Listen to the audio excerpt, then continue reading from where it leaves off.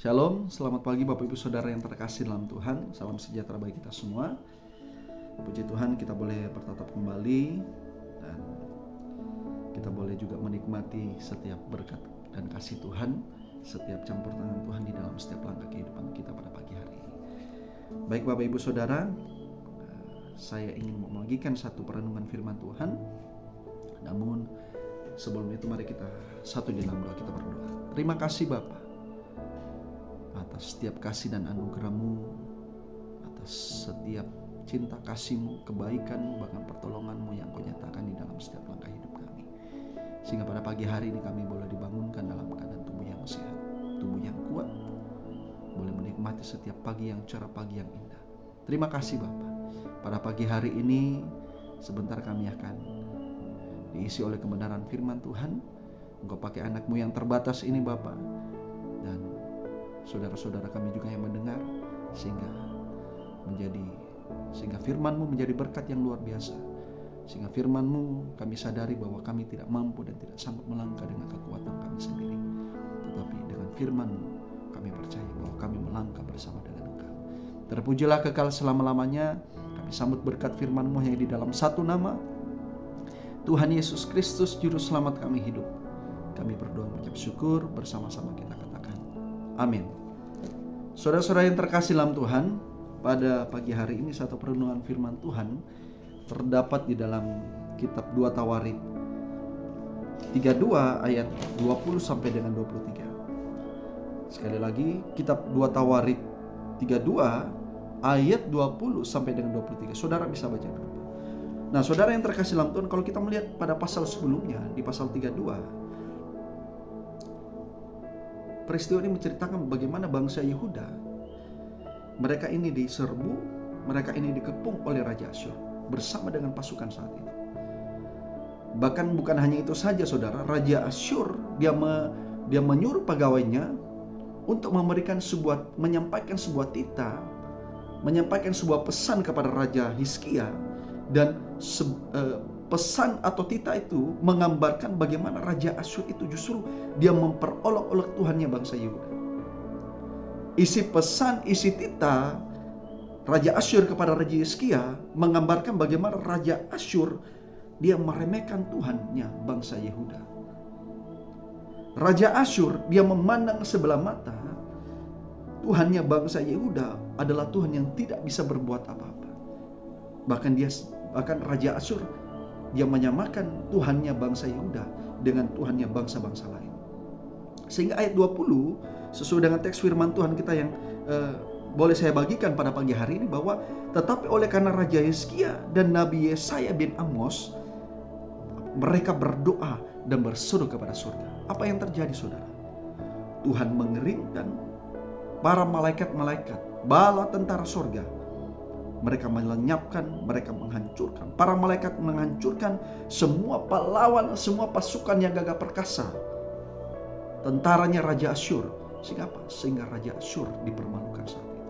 Bukan hanya itu saja saudara, Raja Asyur dia tewas oleh pedang anak-anaknya sendiri.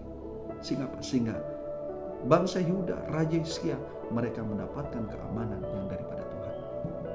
Saudara yang terkasih dalam Tuhan, dari hal ini kita belajar bahwa berdoa dan berseru adalah hal yang paling mutlak yang harus kita kerjakan, yang harus kita lakukan bagi setiap kita orang percaya. Kenapa? Karena dengan berdoa, saudara dan saya kita akan melihat bagaimana suatu perbuatan besar dan menakjubkan yang Tuhan kerjakan di dalam setiap langkah hidup kita. Dengan berdoa saudara dan saya kita akan melihat suatu rahasia kemenangan. Untuk apa? Untuk kita mampu dan bertahan dan berjuang sampai akhir. Saudara yang terkasih dalam Tuhan, dari peristiwa ini, bagaimana bangsa Yehuda mereka dikepung, mereka diserbu oleh Raja Asyur, dan Raja Hizkia bersama dengan Yesaya bin Amos mereka berdoa dan berseru kepada Tuhan. Dari peristiwa ini kita belajar, dihubungkan, dikaitkan dengan kehidupan kita orang percaya masa kini adalah bahwa dengan berdoa dan berseru kepada Tuhan, yang pertama kita sadari bahwa kita adalah manusia yang terbatas.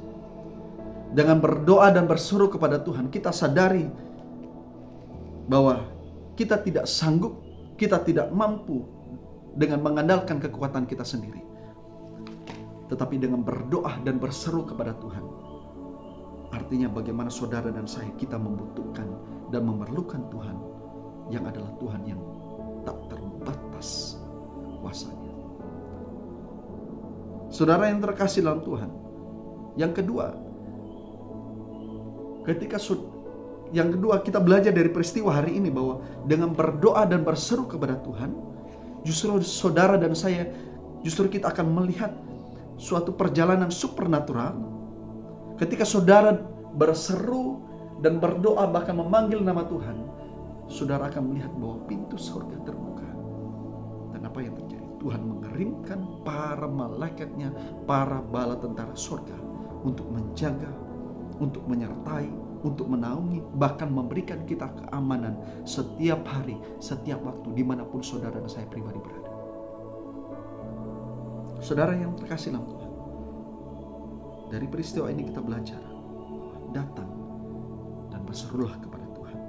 Kenapa? Karena Tuhan mendengar setiap seruan dan minta tolong kita. Kita belajar dari peristiwa hari ini adalah bagaimana saudara dan saya, kita memiliki sikap untuk berseru dan berdoa, karena kita tidak mampu dan tidak sanggup melangkah dengan kekuatan kita sendiri. Tetapi bersama dengan Tuhan, kita memperoleh kemenangan. Bersama dengan Tuhan, kita pasti melalui setiap apapun keadaan dan kondisi kita. Firman Tuhan berkata, carilah Tuhan selama ia berkenan ditemui. Bahkan Mazmur 145 ayat 18 berkata, Tuhan dekat kepada setiap orang yang berseru kepadanya, dan pada setiap orang yang berseru kepadanya dalam setiap kesetiaan.